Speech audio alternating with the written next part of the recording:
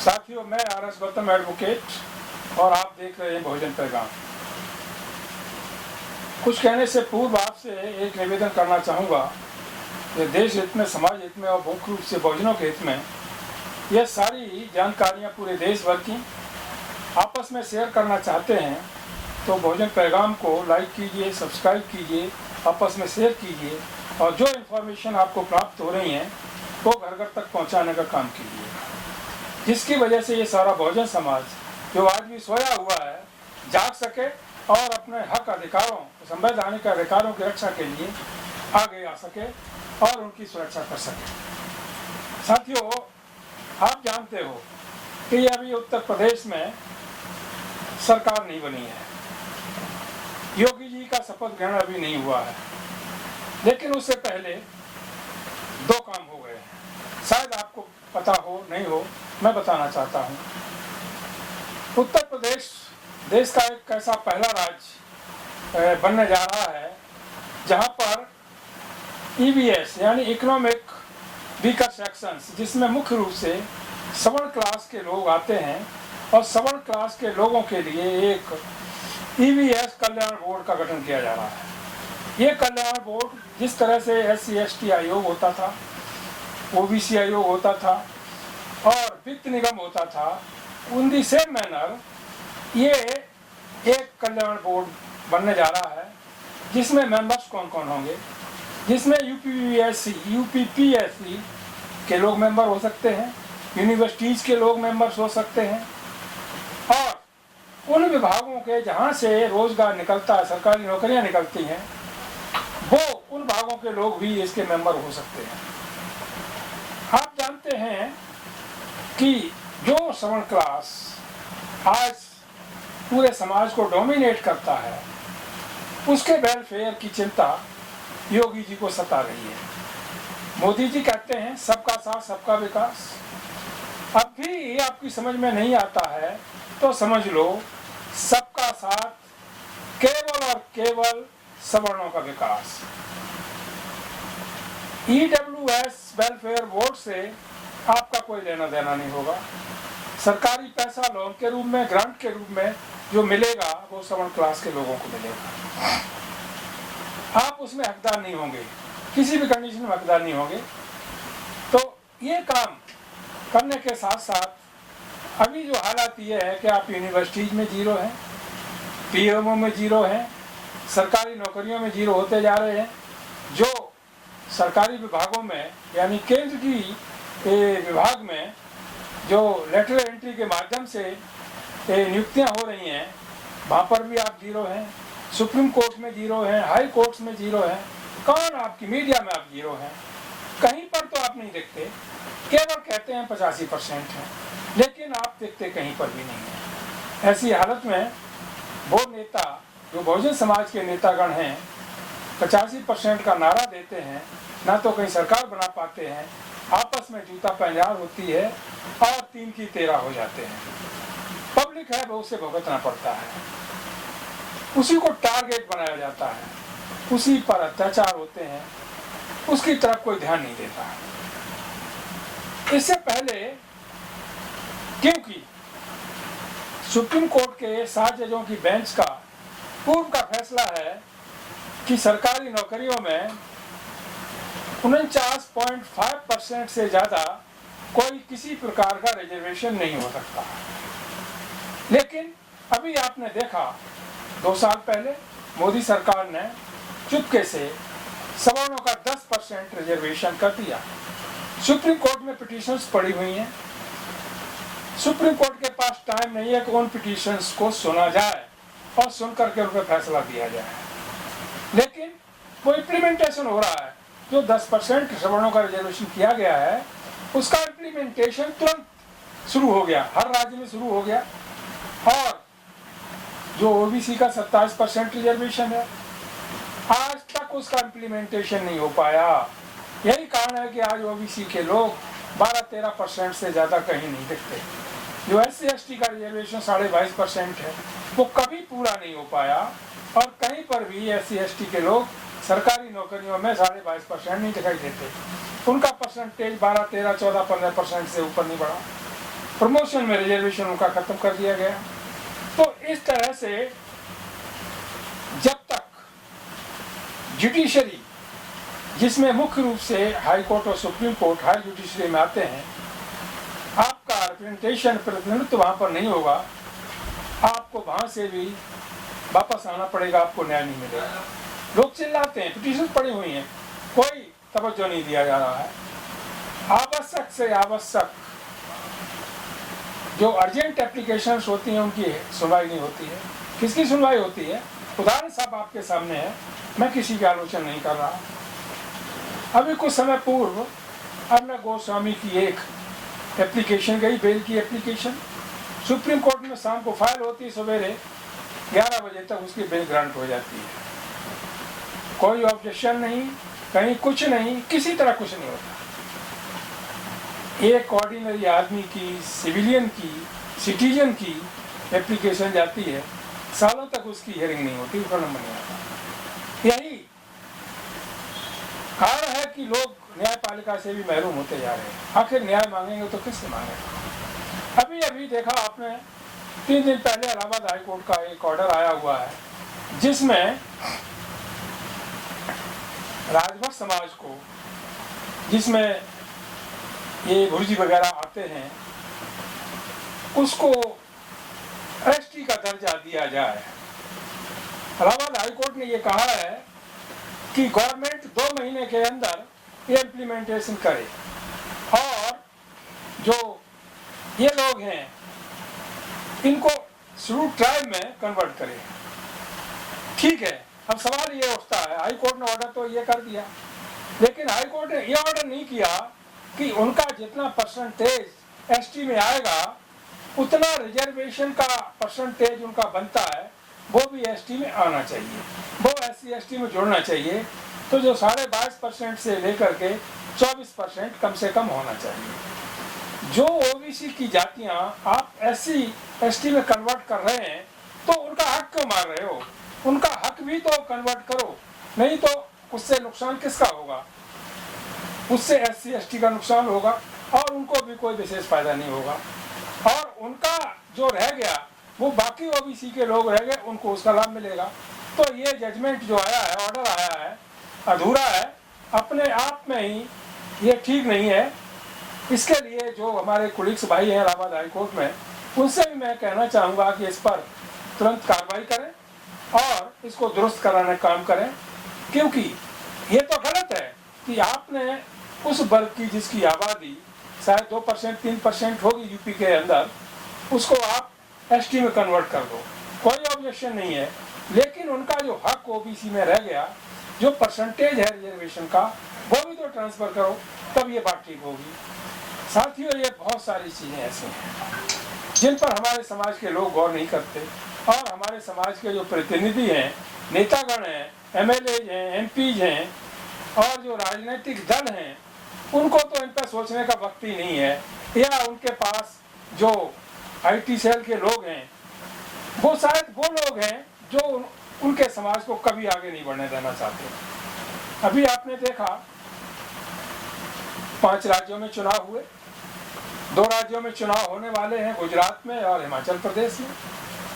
मोदी केजरीवाल का प्रचार होना शुरू हो गया हिमाचल प्रदेश में भी और गुजरात में भी।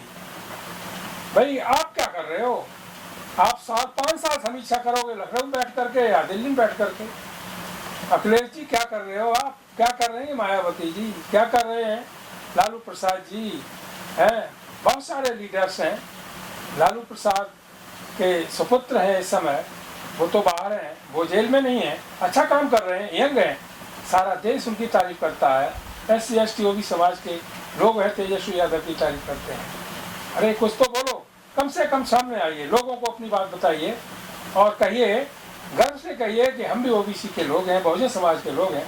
यदि कोई नाइंसाफी होती है उसका हम डटकर मुकाबला करेंगे। साथियों, केवल भाषण देने का वक्त नहीं रहा। इन सारी समस्याओं को, बहुत सारी समस्या, आए दिन मर्डर हो रहे हैं, गैंगरेप हो रहे हैं, कौन बर्दाश्त कर रहा है? बहुजन समाज के लोगों पर बीत रही है। अभी देखा आपने, कल की घटना है, राजस्थान में एक शेड्यूल कास्ट के नवयुवक को ठाकुरों ने इसलिए मार दिया कि मूछें रखाए हुए था, यानी उसे मूछें रखाने का अधिकार नहीं है। कितनी बड़ी नाइंसाफी है इस देश के अंदर। लोग कहते हैं जातिवाद खत्म हो गया, वर्णवाद खत्म हो गया, ये हो गया, वो हो गया। आपको सामने उदाहरण पेश किए जा रहे हैं। कोई भी राजनेता नहीं बोला, अब भी नहीं बोल रहा है। हम लोगों को बहुजन पैगाम के माध्यम से आगाह करने का, जागृत करने का काम कर रहे हैं और उनसे आह्वान करते हैं, भाई ये ऐसे इशूज हैं जो जिन पर लोगों को सामने आना चाहिए। असंवैधानिक जो कार्य हो रहे हैं वो उनको बर्दाश्त नहीं करना चाहिए। इसके लिए आंदोलन शुरू होने चाहिए, मीटिंग शुरू होने चाहिए, सेमिनार शुरू होने चाहिए, जगह जगह, गांव में, देहात में, हर जगह जा कर के लोगों को जगाना चाहिए और साथ लाना चाहिए। जहाँ तक बहुजन समाज के नेताओं का सवाल है, अफसोस बस कहना पड़ता है कि वो केवल अपनी राजनीति से मतलब रखते हैं। सरकार मेरी कैसे बने, मेरा एमएलए कैसे जीते, एमपी कैसे जीते, हम नेता कैसे बने, उन्हें समाज से कोई लेना देना नहीं है। पता नहीं किस तरह की राजनीति कर रहे हैं। उदाहरण के तौर पर आप किसी भी सवर्ण क्लास के व्यक्ति को, उसको हत्या करके देखिए, मर्डर करके देखिए, बलात्कार करके देखिए, आपको पता लग जाएगा आपकी औकात क्या कहाँ खड़े हुए हैं। उदाहरण के तौर पर अभी 2 साल पहले निर्भया कांड हुआ था, निर्भया केस दिल्ली में। कौन थी निर्भया? वो एक ब्राह्मण समाज की लड़की थी। 4 लड़कों ने, उसमें सवर्ण भी थे, कुछ एक आध ओबीसी का भी था, उनको सुप्रीम कोर्ट ने फांसी की सजा, यानी एक सवर्ण की लड़की के साथ जो अत्याचार हुआ, हालांकि हम भी उसकी निंदा करते, नहीं होना चाहिए था, सारा देश निंदा करता है, हम अन्याय की हमेशा निंदा करते चाहे किसी पे हो, हम उसका सपोर्ट नहीं करते। तो जो बलात्कारी अत्याचारी थे जिन्होंने नृशंस हत्या की थी उसकी, उनको हैंग किया गया, 4 को पनिशमेंट मिला। क्या हो रहा है लखीमपुर कांड में, क्या हो रहा है उन्नाव कांड में, क्या हाथरस के कांड में हो रहा है? अरे ये भी तो लोग थे, ये भी लोग थे, उनके साथ भी बलात्कार हुआ और उनके जो अभियुक्त हैं जिन्होंने किया उनके साथ, उनके खिलाफ क्या हुआ? तो इस तरह से धीरे धीरे एक एडवोकेट होने के नाते मैं कह सकता हूँ, ये मेरे भाइयों अब भी जाग जाओ। और वकील भाइयों से भी मैं कहना चाहूँगा कि केवल आप यहीं तक सीमित मत रहिए कि आप कोर्ट में जाते हो, जो पैसे कमा के लाते हो उसे अपना घर चलाते हो। शर्म की बात है, एडवोकेट होने के नाते आपको समाज को, पूरे समाज को भी देखना चाहिए, उसको न्याय दिलाने मदद भी बनना चाहिए। बाबा साहब ने तभी कहा था, जिस समाज में ज़्यादा से ज़्यादा लॉयर्स होंगे वो समाज प्रोटेक्टिव होगा, उस पर अत्याचार करने की किसी की हिम्मत नहीं पड़ेगी। लेकिन अफसोस बस कहना पड़ रहा है कि हमारे जो कुलीग्स भाई हैं, बहुजन समाज के एडवोकेट्स हैं, इस दिशा में, हालांकि परिस्थितियाँ हैं, ऐसी बात नहीं है, बहुत सारे कारण हैं जिसकी वजह से वो बेचारे असमर्थ हो जाते हैं, फिर भी जितना होता है वो करते हैं, लेकिन बहुत कुछ आगे भी करने की ज़रूरत है। बहुजन समाज के लोगों से भी यही कहना है कि जो हमारे समाज के वकील हैं, जो भी केसेस हैं उनके पास लेके जाएं और उनसे वो फैसले करवाएं, मुकदमा करवाएं, ना कि उधर उधर भटकने का प्रयास करें, जिसकी वजह से उनका स्टेटस बढ़ेगा, आपको न्याय मिलेगा।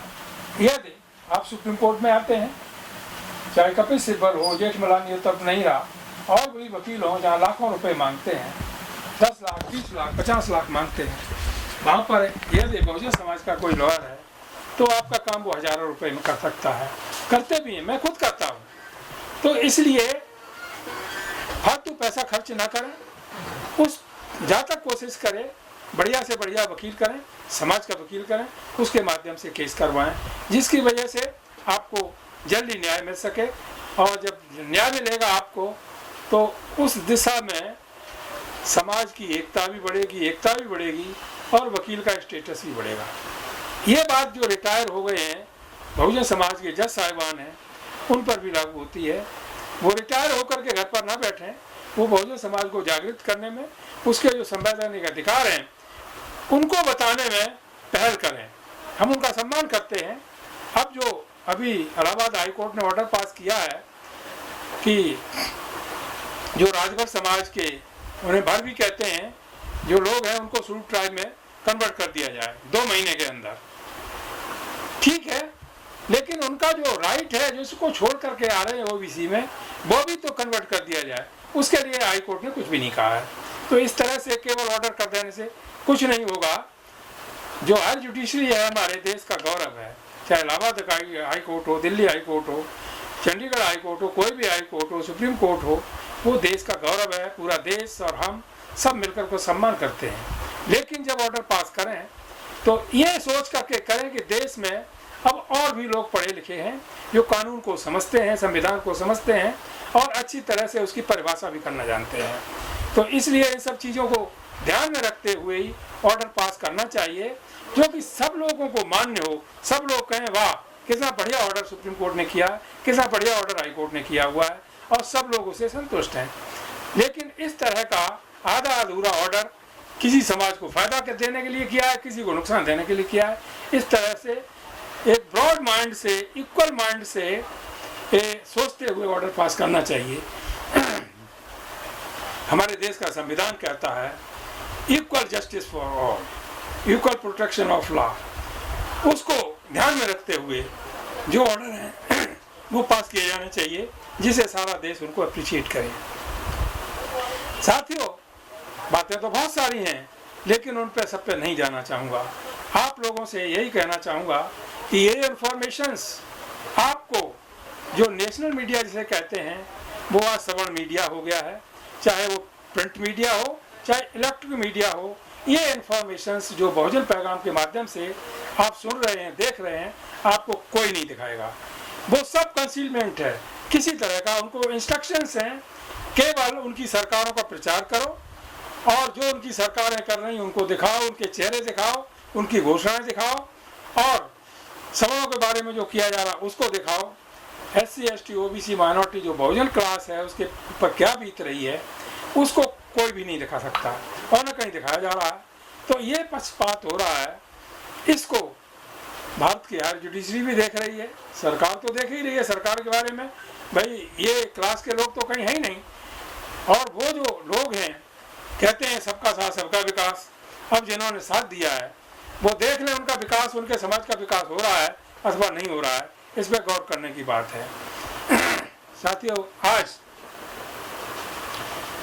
कुल मिलाकर के उत्तर प्रदेश में 405 विधायक हैं और उनमें सबसे ज़्यादा OBC के लोग हैं, उसके बाद सवर्ण क्लास के लोग हैं। SC ST के तो उतने ही हैं जितनी उनकी कोटे हैं, 84 या 86 के आसपास हैं। उनमें भी आप देखिए कितनी चालाकी से जो बीजेपी है वो RSS है, उसकी चाल देखिए।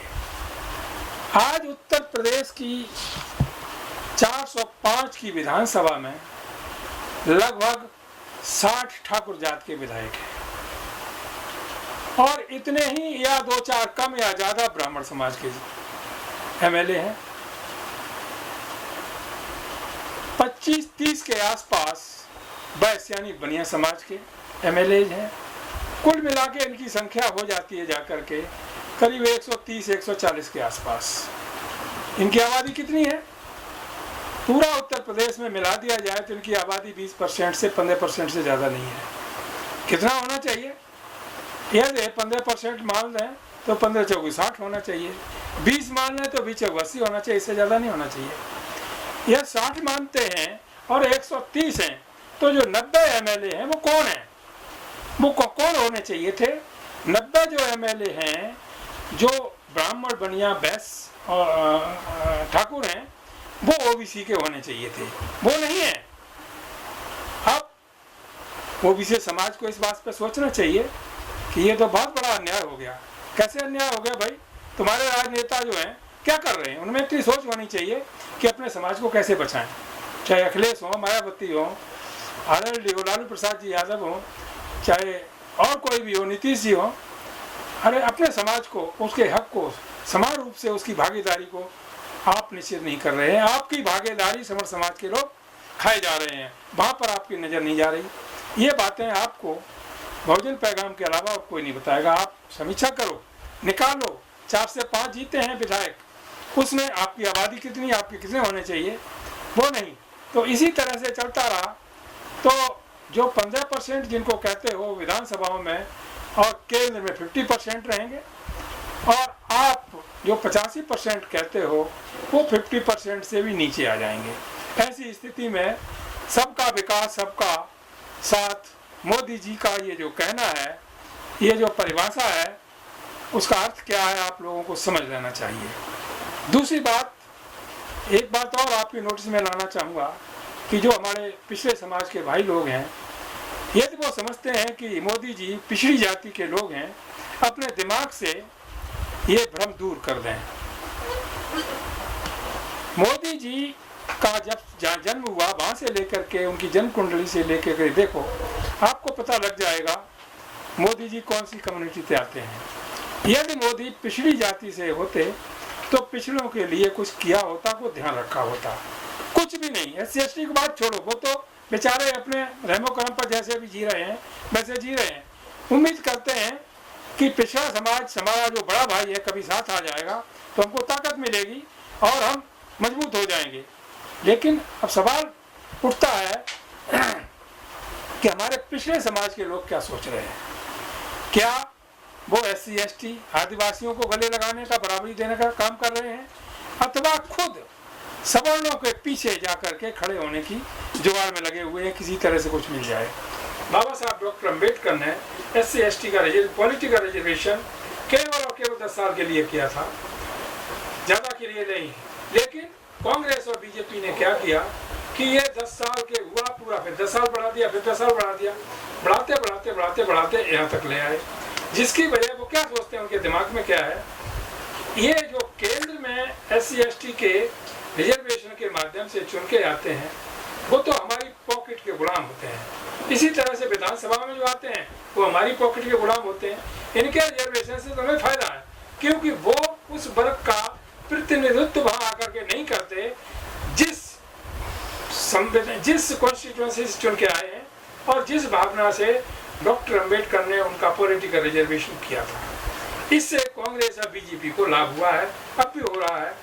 इसलिए अब वक्त आ गया है भाइयों, आपकी संख्या कम नहीं है, आपके अंदर जिंदा दिली भी है, युवा भी जागरूक हो रहा है। अपने अधिकारों की मांग करने के लिए सबसे पहले जो आपके ये प्रतिनिधि बने हुए, नेता बने हुए, इनको दुरुस्त करना पड़ेगा, तब जाकर के बात बनेगी। अब वो जमाना चला गया कि नेताजी आए, हार महला पहनाओ और उनकी भाषण सुनो, काम हो जाएगा।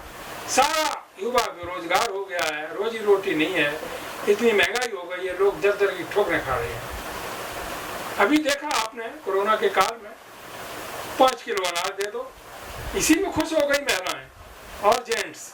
अरे ये तो पॉलिसी RSS की थी। RSS के जो प्रमुख थे पहले, उनकी थी कि इनको पेट भर दो, बस इसी में ये खुश रहें और इसी को समझें कि हमारा विकास हो रहा है। बाकी इनके पास धन दौलत, रुपया पैसा, खेती और आगे बढ़ने के चांसेस, रोजगार कुछ नहीं होने चाहिए। केवल इनका पेट भरो और इसे गुलामी कराओ।